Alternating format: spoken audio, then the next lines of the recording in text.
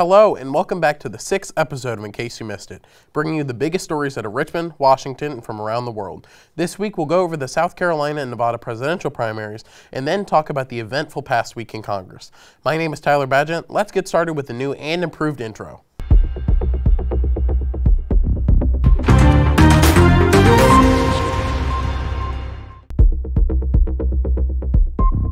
If I said a couple weeks ago that Iowa wasn't particularly close, it was only because I hadn't yet seen South Carolina and Nevada. In the past week, Democrats held their presidential primaries in both states, with President Joe Biden easily winning both. In South Carolina, which was technically first in the nation after the Democratic Party refused to sanction the New Hampshire Democratic primary, check episode 4 for some context around that, President Biden secured just over 96% of the vote. The next candidate, Marianne Williamson, received only 2.1%, later dropped out of the race on February 7th.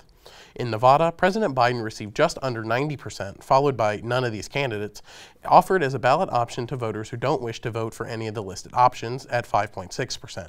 Speaking of none of these candidates, it finished with over 60% in the Republican primary, defeating former UN Ambassador Nikki Haley by over 30%.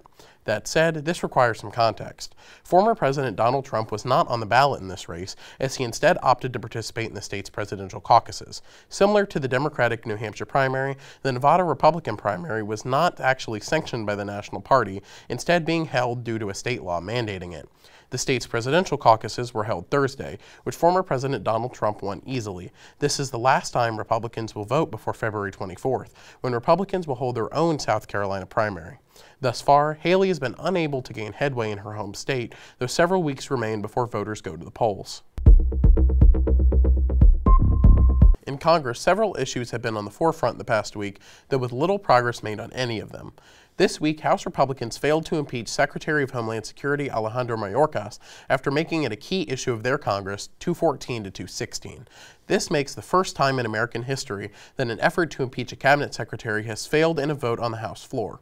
4 Republicans broke ranks to vote against the measure, with all 212 House Democrats also voting against impeaching.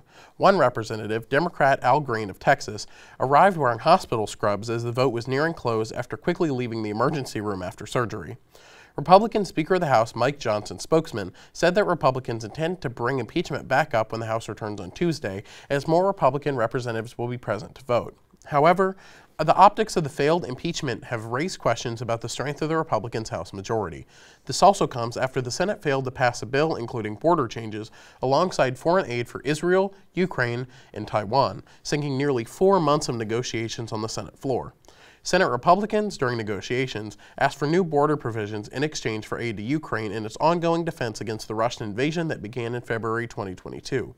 However, many Senate Republicans deemed the border provisions inadequate, and the bill died on the 7th. Democratic Senator from Hawaii Brian Schatz said on the social media platform X, quote, "Just gobsmacked. I've never seen anything like it. They literally demanded specific policy, got it, and then killed it." The vote on this bill was largely split by party lines, though with some defectors. Among Republicans voting for the bill were moderate Republicans Susan Collins of Maine, Mitt Romney of Utah, and Lisa Murkowski of Alaska, along with Chief Republican negotiator James Lankford of Oklahoma, and Democratic defectors against the bill included Bernie Sanders of Vermont and Elizabeth Warren of Massachusetts, among others. The Senate on Thursday then moved forward a $95 billion foreign aid package, which then allows it to be considered by the Senate. The bill will now potentially be open to amendments, which Republicans have debated whether to seek new border provisions to be added. That said, even if the bill does pass, there is currently no guarantee that the bill will be considered by the House of Representatives. The House failed to pass their own bill, a standalone bill that would only give foreign aid to Israel, by a margin of 250 to 180. The bill required 2/3 of the House to pass, which it fell around 30 votes short of doing. Speaker Johnson accused Democrats of holding up aid to Israel to force passage of a larger bill, saying, quote, "It is clear they are now committed to using Israel aid as leverage to force through other priorities that do not enjoy nearly the same degree of consensus."